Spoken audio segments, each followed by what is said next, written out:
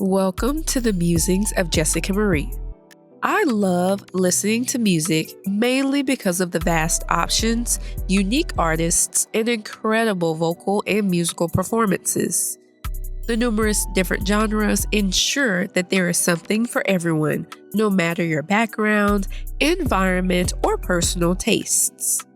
Artists, producers, and musicians have shaped the industry by embracing their unique flair, opening doors for others aspiring to make it big, inventing new genres, and breaking into spaces that weren't originally meant for them. Join me as we shine a historical spotlight on DJ Quik, a legendary producer who not only influenced West Coast rap in the 90s, but continues to be a major force in the music industry today. DJ Quik, whose real name is David Marvin Blake, was born on January 18, 1970 in Compton, California.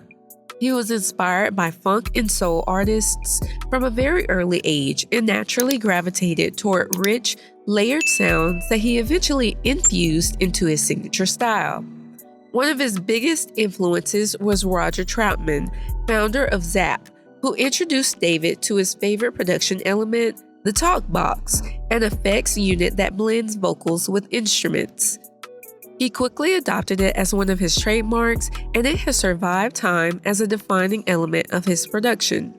Sometimes referred to as the Quiksta, he chose his stage name DJ Quik as a testament to how quickly he could produce songs.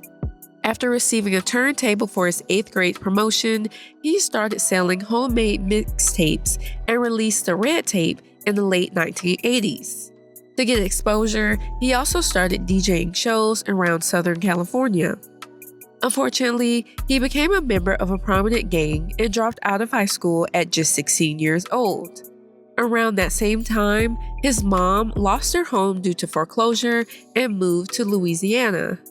David chose to stay in Compton and was homeless for about 3 years before catching a major break. During that time, he continued to release his mixtapes and gained a strong local following. He eventually caught the attention of major record labels, including Profile Records and Ruthless Records.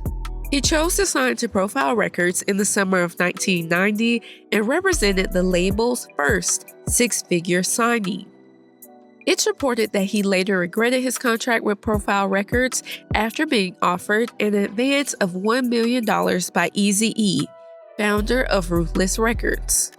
His debut album, Quick as the Name, was released in 1991 and was led by his 2 top 20 R&B singles, Tonight and Born and Raised in Compton. The album performed well, reaching number 10 on the album charts and was certified platinum by the RIAA. That same year, he produced Second to None's debut album, which sold more than 350,000 copies in its first 9 months of release. Not only did Quik make a name for himself as an artist, but he quickly gained attention and respect as a competent producer. This momentum helped him collaborate with many big-name artists like Snoop Dogg, Sugar Free, Dr. Dre, Tupac, Nate Dogg, and many others over his career. His second album, Way Too Funky, was released in 1992 and was certified gold within 3 months. That same year, he co-produced with Eazy-E the debut album for Penthouse Players Clique, Paid the Cost.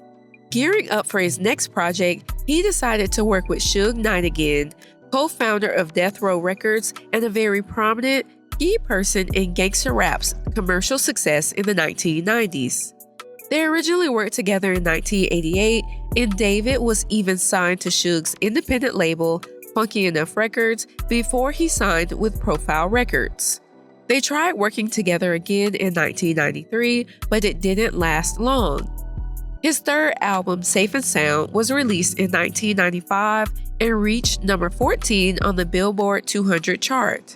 It featured Second to None, Cam, Play a Ham, and High C. Suge Knight is credited as the executive producer of the album, and the project gave David a chance to produce tracks for Tupac, Snoop Dogg, and others who were peaking at the time. He actually was signed to Death Row Records for a short period of time, but never released an album with the label. He had a major run, producing Tupac's All Eyes on Me and Snoop Dogg's Dog Food and The Dog Father. Even though many of his tracks went uncredited, he has fond memories from this time in his life. Branching outside of rap, David produced a track on Tony's fourth album released in 1996, helping it to sell over 1 million copies. He also worked with Shaquille O'Neal to produce his third album, You Can't Stop the Rain. Throughout his production work, he was keen on identifying talent and actually discovered Sugar Free in 1997. David produced his debut album, Street Gospel, helping it reach number 28 on the Billboard R&B Albums chart. Despite it not achieving commercial success, it was well loved by underground rap fans in California and is still respected as a street classic. David released his fourth album, Rhythmalism, in 1998. The album was certified gold in 1999 and featured guest appearances by Nate Dogg, AMG, Snoop Dogg, and Sugar Free. That same year, he expanded and produced for other heavy hitters like Deborah Cox and Jermaine Dupri. In 2000, he released his fifth album, Balance and Options, and had a huge part in producing Gap Band's Y2K Funkin' Till 2000 Comes. Unfortunately, he was dropped as an artist from Profile Records after it was acquired by Arista Records in 2000.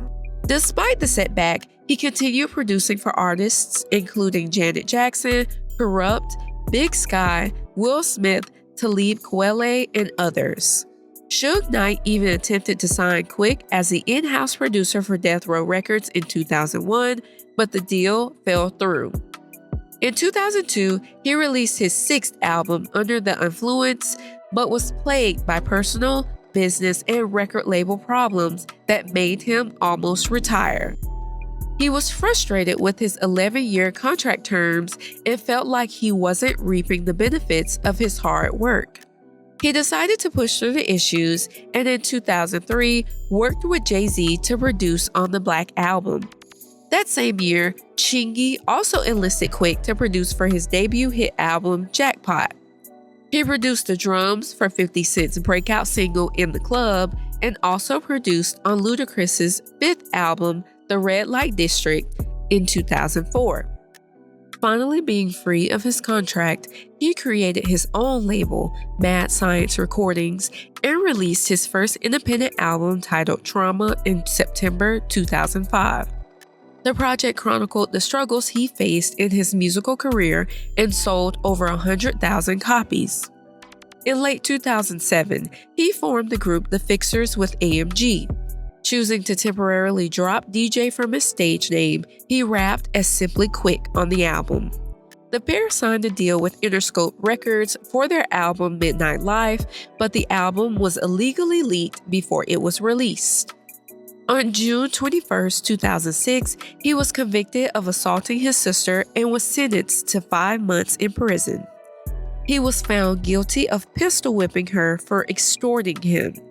Despite the fact that she tried to pull a grimy stunt involving her brother, he had to serve his term and was released early in October 2006.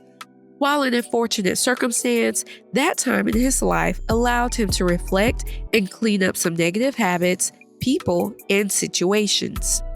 Refusing to be held down for long, Quik released his eighth album, The Book of David, in 2011. The album had features from Ice Cube, Bun B, John B, Dwele, and others. It debuted at number 55 on the US Billboard 200 chart, number 5 on the top rap albums chart, number 4 on the top R&B hip-hop albums chart, and number 4 on the independent albums chart. In April 2016, David released a collaboration EP with Problem that included features from The Game, Wiz Khalifa, and more. Just a year later, in 2017, they released the project into a full-length collaboration album with extended features and songs called Rosecrans.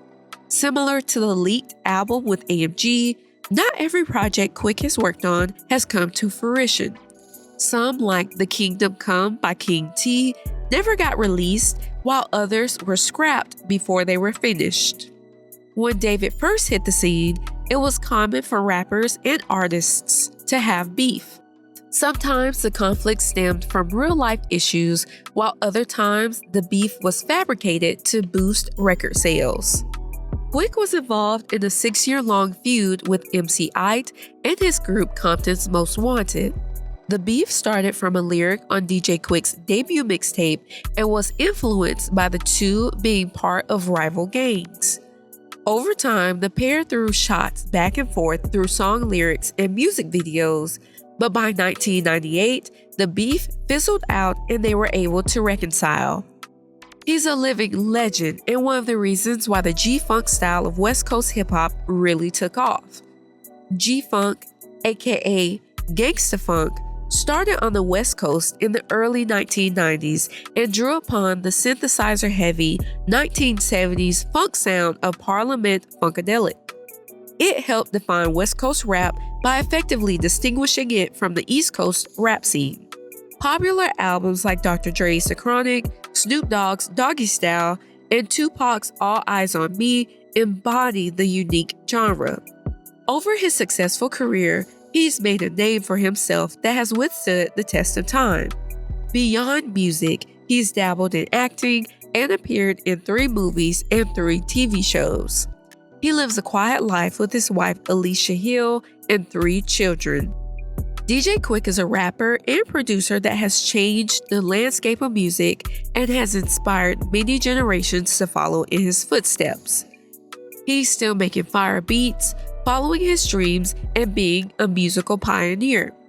His legacy and impact on the industry is undeniable, and he's worked through strife to achieve his goals and dreams. If you enjoyed this music, I'd love to hear your thoughts. Like, comment, share, and subscribe so you don't miss what's next. Signed, Jessica Marie.